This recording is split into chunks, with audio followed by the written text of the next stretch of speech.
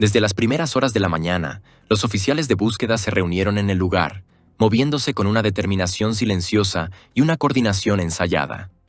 Trabajaban en turnos rotativos, y cada equipo cumplía meticulosamente con sus deberes. Poco después de que comenzara la excavación inicial, el equipo desenterró un objeto enterrado justo debajo de la superficie. Era una estructura de madera, deliberadamente construida, envejecida pero intacta. Pero la búsqueda no terminó ahí. Reconociendo la posible importancia del hallazgo, el equipo amplió el área de excavación. Luego vino un segundo descubrimiento, uno que llevó la operación a una pausa pesada y silenciosa. La habían encontrado a ella. La ubicación y la ropa coincidían con la mujer desaparecida. Todos esperaban otra explicación, pero en el fondo ya lo sabían. Más tarde, se examinaron las características de identificación. Los resultados se confirmaron. Era Valerie Tyndall.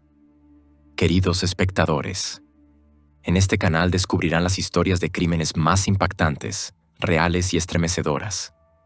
Si no quieren perderse ningún caso, suscríbanse ahora y no olviden dejar su me gusta. Su apoyo nos ayuda a seguir contando la verdad. En este documental, investigamos un crimen real que involucra a Valerie Tyndall, quien nació en 2005 en el corazón de Indianápolis, la bulliciosa ciudad capital de Indiana. Desde el principio, la vida de Valerie estuvo arraigada en los contrastes entre la energía de la ciudad y la tranquilidad de un pueblo pequeño. Sus padres, Jack y Shaina Tyndall, siempre priorizaron la seguridad familiar por encima de todo. Con 5 hijos que criar, incluida Valerie, su tercera hija, encontraron cada vez más inquietante la imprevisibilidad de la ciudad. Jack trabajaba como mecánico y Shaina tenía un trabajo de medio tiempo en una clínica comunitaria de salud. Ambos comenzaron a preocuparse por el hecho de que su hijo mayor pronto tendría que trasladarse al otro lado de la ciudad para asistir a la escuela secundaria. La idea de que él tuviera que navegar en autobuses llenos de gente, pasar frente a rostros desconocidos y pasar horas lejos de casa los llevó a tomar una decisión definitiva. Después de largas discusiones y noches revisando mapas y opciones, acordaron que era momento de mudarse. Desde pequeña, Valerie mostró una profunda conexión con los animales. Mientras otros niños de su edad podían inclinarse hacia las muñecas o los videojuegos, ella prefería alimentar pollos, cepillar ponis y leer libros sobre el cuidado de los animales. Los agricultores locales pronto notaron su entusiasmo y a menudo la invitaban a acompañarlos durante la hora de la alimentación o a observar revisiones veterinarias. Sus padres apoyaban su sueño de manera incondicional. Jack a veces traía a casa libros de texto usados de una venta en la biblioteca de un colegio cercano, y Shaina la inscribía en talleres de cuidado de animales durante el verano siempre que estaban disponibles. El dormitorio de Valerie estaba lleno de cuadernos, pósters de anatomía animal y una colección creciente de suministros para el cuidado de mascotas. Aunque su situación económica era modesta, los Tyndall se aseguraban de que Valerie siempre tuviera acceso a oportunidades de aprendizaje. Para 2023, Valerie acababa de completar su penúltimo año en Eastfield High School. A sus 18 años, miraba hacia adelante a su último año antes de ingresar a la universidad. Ya había comenzado a investigar programas de veterinaria, redactar ensayos de solicitud y asistir a jornadas de puertas abiertas virtuales.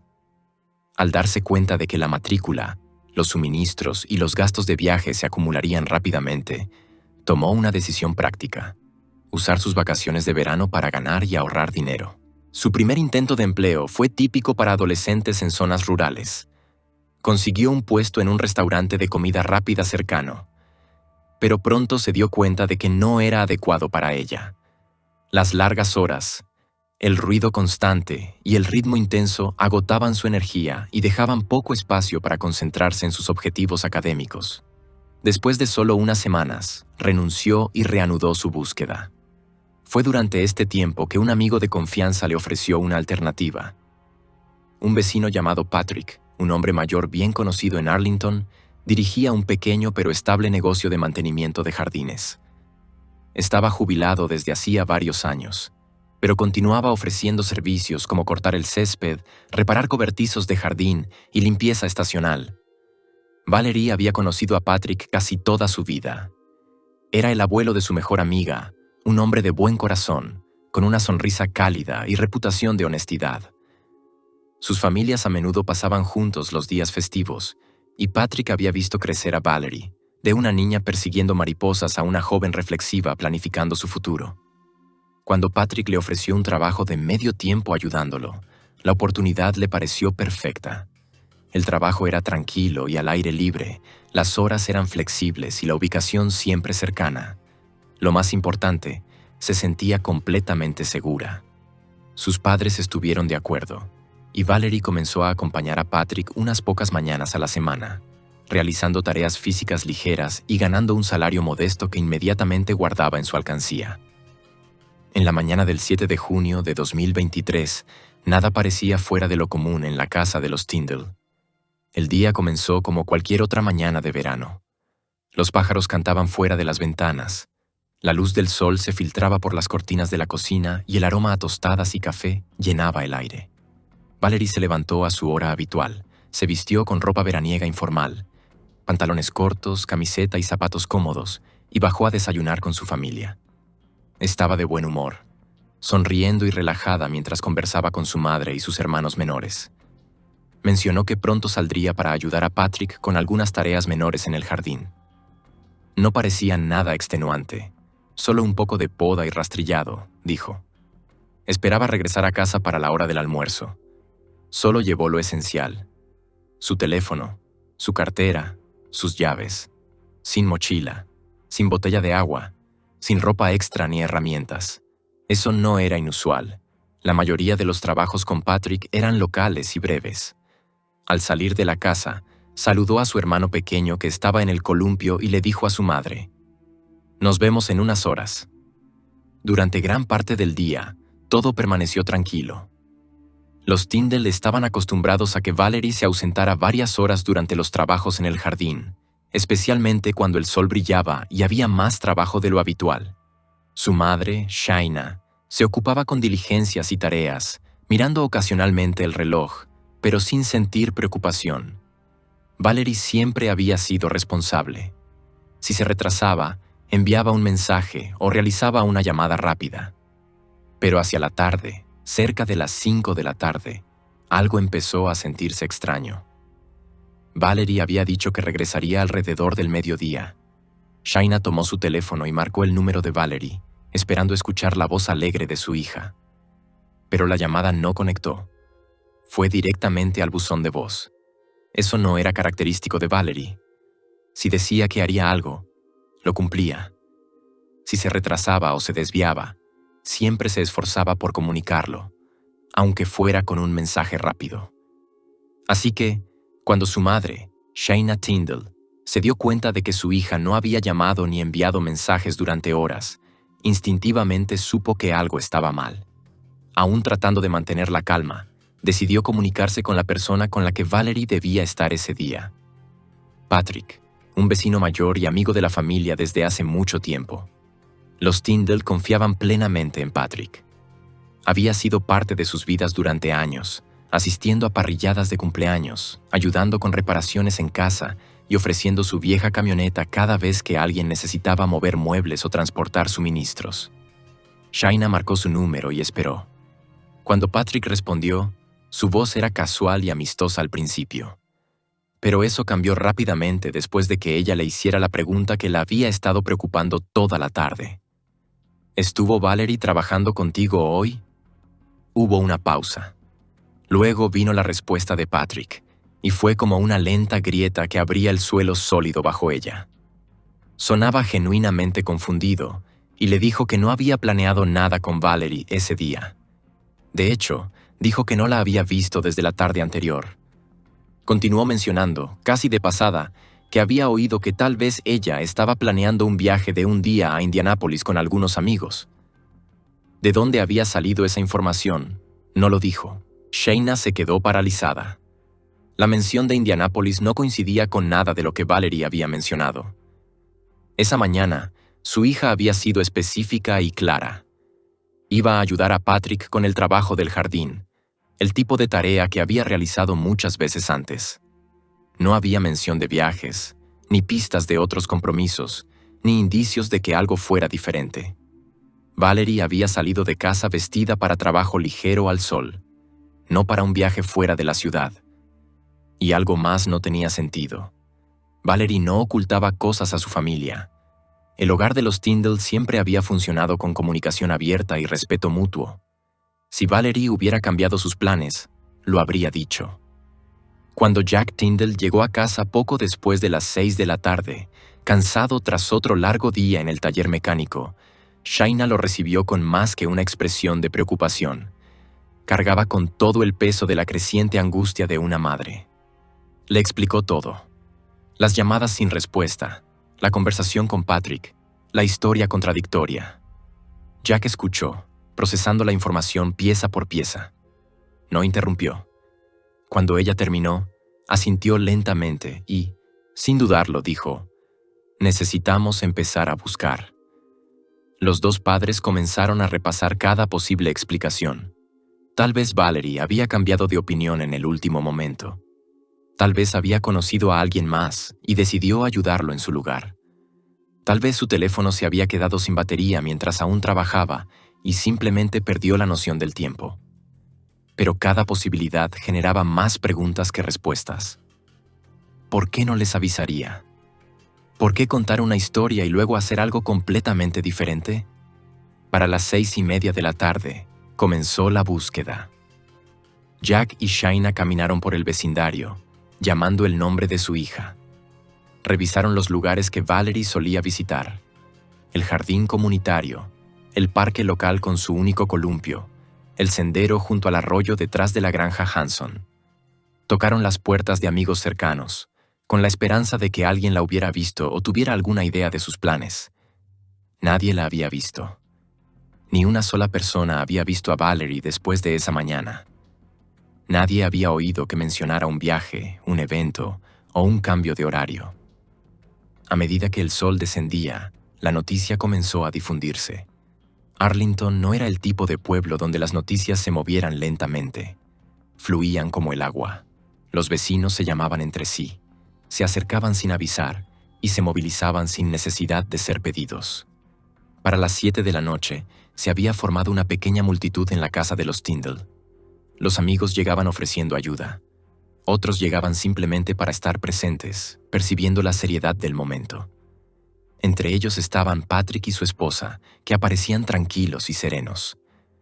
Patrick repitió la misma versión de los hechos que había contado a Shaina anteriormente.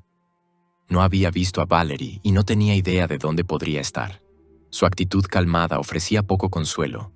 De hecho, inquietaba a Jack más de lo que él mismo quería admitir. Este era alguien que conocían desde hace años, alguien que siempre había parecido confiable. Pero ahora, frente a la desaparición inexplicada de Valerie y una historia vaga sobre un supuesto viaje, Jack no pudo evitar sentir los primeros indicios de sospecha. Aún así, contuvieron sus temores. No era momento para acusaciones. Era momento de actuar. Al caer la noche, la atmósfera alrededor de la casa de los Tyndall se volvió sombría. Dentro, la familia permanecía en silencio, con incredulidad, mirando la puerta principal, esperando que en cualquier momento se abriera.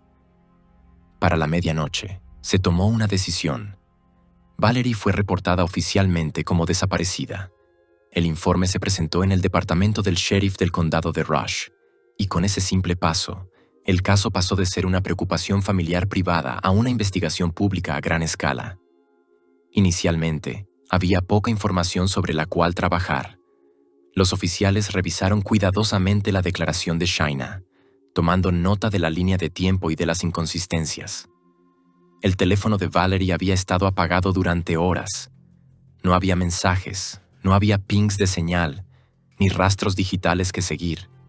Y luego estaba la contradicción entre lo que Valerie le había dicho a su madre y lo que Patrick había afirmado. Esa discrepancia destacó de inmediato. A pesar del entorno rural, la policía de Arlington actuó rápidamente. El nombre de Valerie se añadió al sistema de incidentes del condado en cuestión de horas. Los oficiales comenzaron a contactar a sus compañeros de clase, maestros y amigos. Entrevistaron a cualquiera que la hubiera visto en las últimas 48 horas. Las preguntas se centraron en el estado de ánimo de Valerie, su comportamiento y si había mencionado algo inusual. Pero en todos los casos, las respuestas fueron las mismas. Valerie no había dicho ni una palabra sobre ir a algún lugar especial el 7 de junio. Ningún viaje, ningún plan importante, ninguna indicación de que algo fuera diferente ese día. Los oficiales también revisaron su habitación. Todo estaba tal como había quedado esa mañana. Su cargador estaba enchufado junto a la mesita de noche. Su maquillaje y cepillo estaban ordenados. Eso descartaba la idea de que hubiera planeado irse por su cuenta. El teléfono de Valerie había estado apagado desde el mediodía del 7 de junio. Los investigadores rastrearon el último ping de su teléfono hasta una torre de señal ubicada dentro de Arlington, no muy lejos del centro del pueblo. Se registró aproximadamente a las 11:42 de la mañana del 7 de junio de 2023, la mañana en que le dijo a su madre que saldría a hacer trabajos ligeros en el jardín de un vecino. Después de eso, la señal se detuvo por completo. No hubo más pings, ni reconexiones a la red, ni evidencia de que el teléfono se hubiera movido o encendido nuevamente. Simplemente se apagó. Estos callejones digitales plantearon preguntas inmediatas.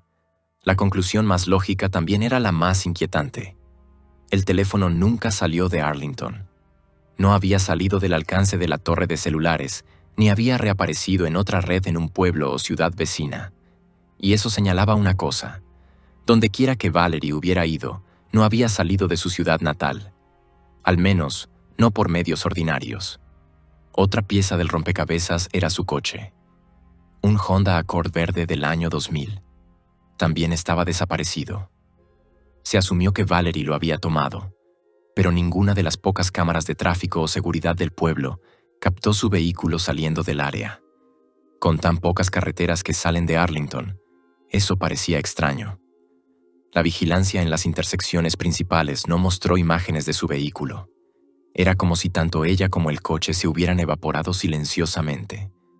A medida que pasaban las horas, la desaparición comenzó a atraer más atención. Para la mañana del 8 de junio, el caso de Valerie ya no era solo una preocupación local. Se había convertido en noticia a nivel estatal. Se imprimieron y distribuyeron volantes. Su retrato escolar se transmitió en las noticias matutinas. Su rostro, enmarcado por su cabello rubio oscuro hasta los hombros, con ojos llenos de vida y curiosidad, ahora aparecía en todas las principales redes sociales de Indiana. Ese día, la policía ofreció una rueda de prensa. Su tono era medido pero serio. Los funcionarios declararon claramente que no tenían evidencia para sugerir que Valerie se hubiera ido por voluntad propia. El caso ahora se consideraba preocupante. Posible peligro. Ese anuncio cambió la percepción pública. Lo que había comenzado como un caso de persona desaparecida adquirió la gravedad de un posible secuestro o algo peor. Y la ciudad de Arlington respondió. Con corazón. Con urgencia. En cuestión de horas, decenas de residentes se adentraron en campos, bosques y senderos de grava con linternas, bastones y botellas de agua. Los voluntarios recorrieron la zona en equipos coordinados, apoyados por la policía. Los vecinos revisaron sus graneros y cobertizos. Otros abrieron espacios bajos y áticos. Nada se consideraba demasiado improbable. Los agricultores locales pausaron su propio trabajo para permitir el acceso de los buscadores a sus propiedades, y los dueños de pequeños negocios donaron suministros y alimentos. Pronto, pueblos vecinos se involucraron. Personas de lugares tan lejanos como Shelbyville y Greenfield llegaron con vehículos todoterreno y perros de búsqueda. Las unidades K-9 inspeccionaron los bordes de los bosques y arroyos. Helicópteros sobrevolaron la zona, equipados con cámaras infrarrojas. La comunidad se había movilizado por completo, mostrando una abrumadora ola de preocupación y compasión. A pesar del masivo esfuerzo de búsqueda, no se encontraron señales de Valerie ni de su vehículo. Ni un pedazo de ropa, ni un desecho, ni un teléfono celular. El silencio de su ausencia se profundizó. Era como si la tierra misma la hubiera tragado por completo. Paralelamente a las operaciones en tierra, el departamento del sheriff del condado de Rush lanzó una investigación más profunda. Los oficiales obtuvieron órdenes digitales para las cuentas en línea de Valerie, con el permiso completo de sus padres. Revisaron cada mensaje, cada publicación, cada registro de llamadas y correo electrónico. Nada levantó alarma. Sus textos eran alegres y llenos de conversaciones típicas de adolescentes, proyectos escolares, esperanzas universitarias, planes para el fin de semana. No había señales de angustia emocional. Ningún mensaje que insinuara miedo, arrepentimiento o deseo de desaparecer. Su historial de búsqueda incluía temas relacionados con cuidado de animales, horarios de exámenes y librerías de segunda mano, no exactamente las huellas digitales de alguien que se estuviera preparando para huir. Aún así, los investigadores continuaron. Fue durante esta revisión más profunda que comenzaron a surgir ciertas inconsistencias, sutiles al principio, luego más definidas. Un detalle en particular llamó la atención nuevamente. La última conversación de Valerie con su madre se centró en su plan de trabajar para Patrick, el hombre mayor que vivía cerca y que ocasionalmente la contrataba para ayudar en pequeños proyectos al aire libre. Patrick, por su parte, inicialmente dijo a las autoridades que no había visto a Valerie en absoluto ese día. De hecho, cuando Shaina lo llamó por primera vez, parecía sorprendido. Reiteró que no se había programado ningún trabajo para esa mañana y sugirió que Valerie podría haber realizado un viaje espontáneo a Indianápolis con amigos. Aún así, en esa etapa temprana, su nombre no estaba vinculado a la investigación de manera oficial. Él era simplemente otra figura en la vida cotidiana de Valerie. Un vecino, un empleador y el abuelo de una de sus amigas más cercanas. Pero en privado, Shaina albergaba dudas, y estas no provenían únicamente de las declaraciones de Patrick. En las semanas previas a la desaparición de su hija, Shaina había notado cambios sutiles pero inquietantes en el comportamiento de Patrick. Había mostrado más interés por Valerie de lo que parecía apropiado para un hombre de su edad. Frecuentemente le ofrecía transporte, incluso para distancias cortas que ella podía recorrer caminando. Hacía preguntas detalladas sobre sus planes diarios. ¿Dónde estaría? ¿Cuánto tiempo estaría fuera y con quién? Al principio, esto parecía una preocupación inofensiva de un hombre mayor cuidando a alguien que conocía desde la infancia. Pero con el tiempo, empezó a sentirse intrusivo. Luego vino un hallazgo más preocupante. Valerie había compartido la ubicación de su teléfono con Patrick. Cuando Shaina se enteró, Valerie explicó que era solo una medida de seguridad, ya que Patrick usaba la misma función para seguir a su nieta. Pero esa explicación no convenció del todo a su madre. Aún así, Valerie no parecía incómoda. Y sin pruebas de nada inapropiado, Shaina trató de suprimir su inquietud. Pero ahora, con Valerie desaparecida, todas esas pequeñas cosas adquirieron un nuevo peso. En el tercer día de la investigación, Patrick fue llevado a una entrevista oficial con la policía. Mantuvo su historia anterior. No había visto a Valerie, no tenían planes programados y creía que ella podría haber salido de la ciudad. Reiteró que la idea de un viaje surgió de una conversación con su nieta. Pero cuando la policía habló directamente con la nieta, su relato contradijo de manera tajante el de él. Ella nunca había hablado con Valerie el 7 de junio. De hecho, no había hablado con ella en toda la semana. También dijo que no tenía idea de ningún viaje a Indianápolis, y ciertamente no había compartido tal detalle con su abuelo. Esa discrepancia llamó la atención de los investigadores. Poco después, se le pidió a Patrick que acudiera a una segunda entrevista. Esta vez, su historia cambió. Dramáticamente. Ahora afirmaba que sí había visto a Valerie ese día. Según esta nueva versión, Patrick sostenía que él y Valerie tenían, de hecho, la intención de completar un trabajo de mantenimiento en el jardín la mañana del 7 de junio, pero que el plan de trabajo de alguna manera se había cancelado. No proporcionó razones específicas, solo comentarios vagos sobre la programación o el clima. Lo que ocurrió después, dijo, fue inesperado. Supuestamente Valerie le pidió que la llevara a un pueblo vecino. Afirmó que ella no explicó la razón, solo que necesitaba ser dejada en un lugar en particular y que no estaba lejos.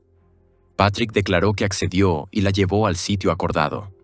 Una vez que ella salió del vehículo, aseguró que se dio la vuelta y se marchó inmediatamente. Este cambio repentino en su narrativa levantó banderas rojas para las autoridades. Cuando se le preguntó directamente por qué no había mencionado nada de esto en su primera declaración, cuando claramente había dicho que no la había visto en absoluto ese día.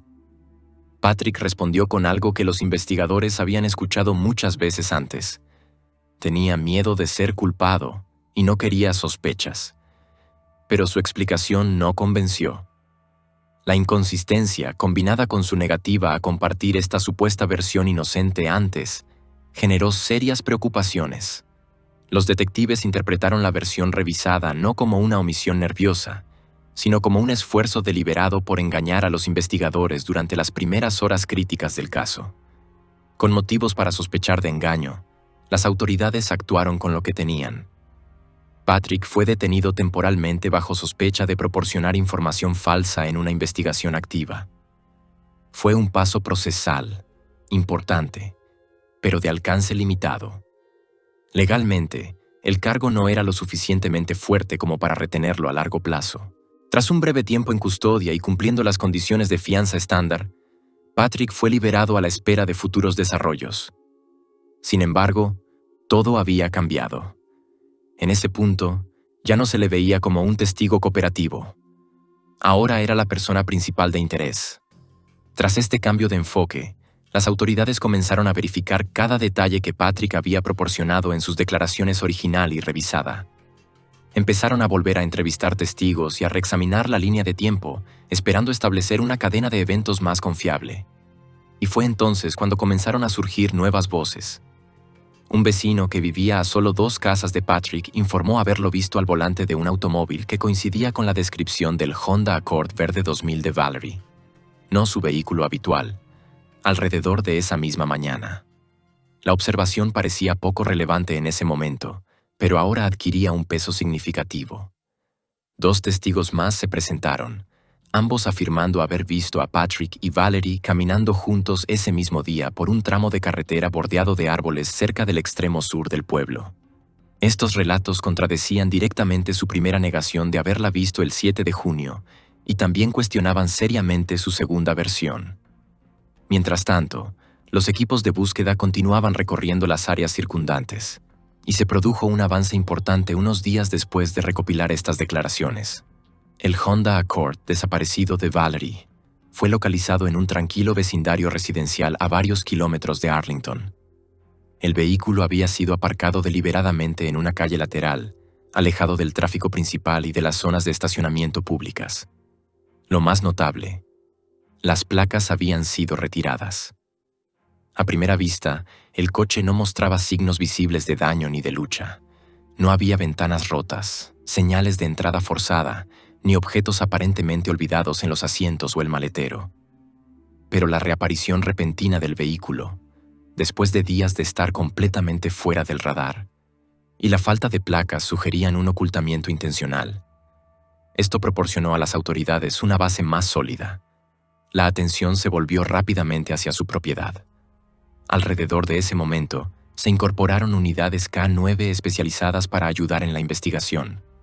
Los perros de búsqueda entrenados fueron dirigidos al área alrededor de la casa de Patrick, con especial atención al patio trasero, la línea de árboles y varias características artificiales, incluido un pequeño estanque decorativo en el extremo lejano de la propiedad. Durante la inspección inicial, los perros mostraron una sensibilidad aumentada hacia una sección cerca de la fuente de agua. Regresaban repetidamente al mismo lugar, comportamiento que normalmente indica la detección de marcadores biológicos o material enterrado. Sin embargo, a pesar de las respuestas caninas, los investigadores toparon con un obstáculo. En términos legales, una alerta de perro, por sí sola, no se considera evidencia concluyente. Puede generar sospecha, pero no es suficiente para obtener una orden de registro. No había signos visibles de alteración del suelo, y no se encontró evidencia física durante la inspección superficial. En ese punto, los investigadores cambiaron de estrategia. Sabiendo que algo potencialmente crucial podía estar enterrado bajo el jardín de Patrick, comenzaron una vigilancia discreta de la propiedad. Vehículos encubiertos estacionados en calles cercanas. Los detectives empezaron a documentar cada acción tomada en y alrededor del terreno. Lo que observaron durante las siguientes semanas planteó aún más preguntas. Patrick, quien hasta entonces había mantenido un perfil bajo desde su liberación, fue visto realizando tareas extrañas alrededor de su propiedad. Lo más notable, comenzó a cavar, con frecuencia y en diferentes partes del jardín. A veces pasaba horas afuera bajo el pretexto de jardinería o paisajismo, pero las ubicaciones de sus excavaciones parecían aleatorias y poco habituales, lejos de cualquier parterre o estructura del jardín. En varios casos, se le vio cubrir la tierra recién removida con escombros de construcción, tablas de madera o bolsas de mantillo. Los investigadores fotografiaron y registraron cada instancia, construyendo gradualmente un expediente de comportamiento sospechoso tras el incidente. Paralelamente, los detectives comenzaron a revisar el papel de la esposa de Patrick, Linda. Aunque vivía en la casa y presumiblemente estaba presente durante los periodos de tiempo clave, no se había ofrecido a hablar con la policía ni había sido llamada a declarar. No había hecho ningún comentario público sobre la desaparición de Valerie. Si bien no había evidencia que la implicara directamente en nada, los investigadores creían que podría poseer conocimiento u observaciones que ayudaran a aclarar la situación.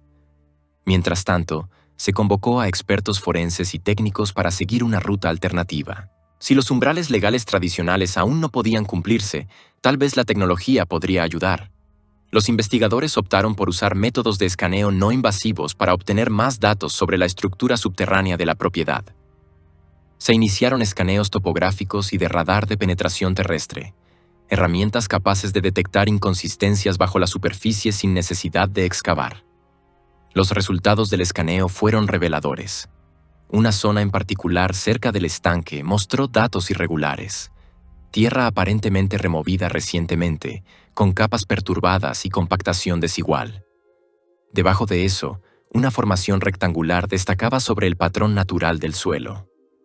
La anomalía era densa, simétrica e inconsistente con el contenido nativo del suelo. Los expertos la marcaron como prioridad para una inspección física. Armados con estos nuevos datos, combinados con la vigilancia en video, las declaraciones contradictorias de testigos, el vehículo oculto y los patrones de comportamiento documentados a lo largo del tiempo, los investigadores presentaron una solicitud formal de orden de registro de la propiedad de Patrick. El tribunal revisó la compilación completa de evidencias y aprobó la solicitud. En la mañana del 28 de noviembre de 2023, el equipo de investigación recibió la autorización oficial para registrar el inmueble. La búsqueda comenzó en el lugar exacto donde la tecnología de escaneo había identificado irregularidades en la composición del suelo, un área no lejos del estanque artificial que ya había llamado la atención de las unidades K9. La excavación fue metódica. Los oficiales trabajaron en turnos coordinados, haciendo pausas frecuentes para fotografiar las capas, recolectar muestras de tierra y documentar cada etapa de la excavación. No mucho después de romper el suelo, el equipo descubrió lo que parecía ser un contenedor de madera cuidadosamente construido, parcialmente enterrado y protegido bajo capas de tierra compactada y escombros. La caja estaba envejecida, pero intacta. Sus dimensiones y construcción indicaron de inmediato a los investigadores que no había sido desechada descuidadamente. Había sido deliberadamente ocultada. El equipo no se detuvo allí. Continuaron excavando, ampliando gradualmente el área y ensanchando la zona de búsqueda. Varias horas después, hicieron un segundo descubrimiento, mucho más sobrio. La encontraron. Aunque no se pudo confirmar de inmediato en el lugar, había una certeza silenciosa y sombría compartida entre los oficiales y especialistas forenses presentes. La ubicación y la ropa coincidían con la mujer desaparecida. Todos esperaban otra explicación, pero en el fondo ya lo sabían. Más tarde, se examinaron los registros dentales y características identificativas. Los resultados se confirmaron. Era Valerie Tyndall. Ese mismo día, los oficiales regresaron a la casa de Patrick con un propósito diferente. Fue arrestado sin incidentes y llevado bajo custodia. El cargo: conexión con la muerte y ocultamiento de pruebas. Como procedimiento estándar, los investigadores realizaron entonces un registro exhaustivo de la residencia de Patrick y la propiedad circundante. Se abrieron armarios, se incautaron dispositivos, se inspeccionaron dependencias y anexos. Se hizo todo esfuerzo posible para descubrir cualquier evidencia adicional que pudiera arrojar luz sobre las últimas horas de Valerie. Pero a pesar de la exhaustividad del registro, no se recuperó nueva evidencia física. No hubo diarios, ni rastros electrónicos, ni objetos que conectaran directamente el crimen con un plan mayor o un tercero. Al momento de su arresto, la esposa de Patrick, Linda, también vivía en la residencia. Sin embargo, no fue detenida ni nombrada públicamente en relación con el caso. Aunque su proximidad a la propiedad generaba preguntas para los investigadores, no había evidencia concluyente que la vinculara con el crimen. Por lo tanto, no se tomaron acciones formales contra ella, y Patrick siguió siendo la única persona enfrentando responsabilidad legal. En la comisaría, Patrick fue llevado a un interrogatorio formal. Inicialmente, su comportamiento se mantuvo sin cambios. Negó toda culpa, evitó respuestas directas e insistió en que no tenía idea de cómo Valerie había terminado en su propiedad. Los detectives mantuvieron la compostura. Habían pasado meses preparándose para este momento y presionaron de manera suave pero firme, enfocándose en el impacto humano. El dolor de los padres de Valerie, las preguntas sin respuesta en la comunidad, la necesidad de verdad y cierre.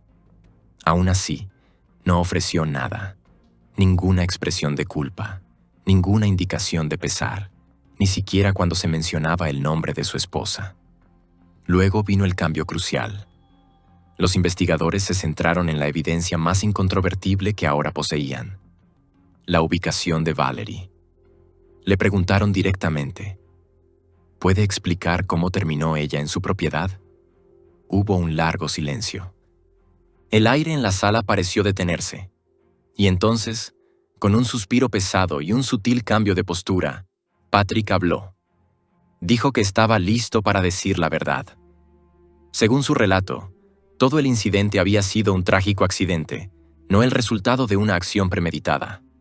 Afirmó que la mañana del 7 de junio, Valerie había ido a su casa inesperadamente, no para trabajar en el jardín, sino para exigir dinero. Alegó que ella trataba de presionarlo para que le entregara una suma de efectivo y que, cuando él se negó, la confrontación se intensificó.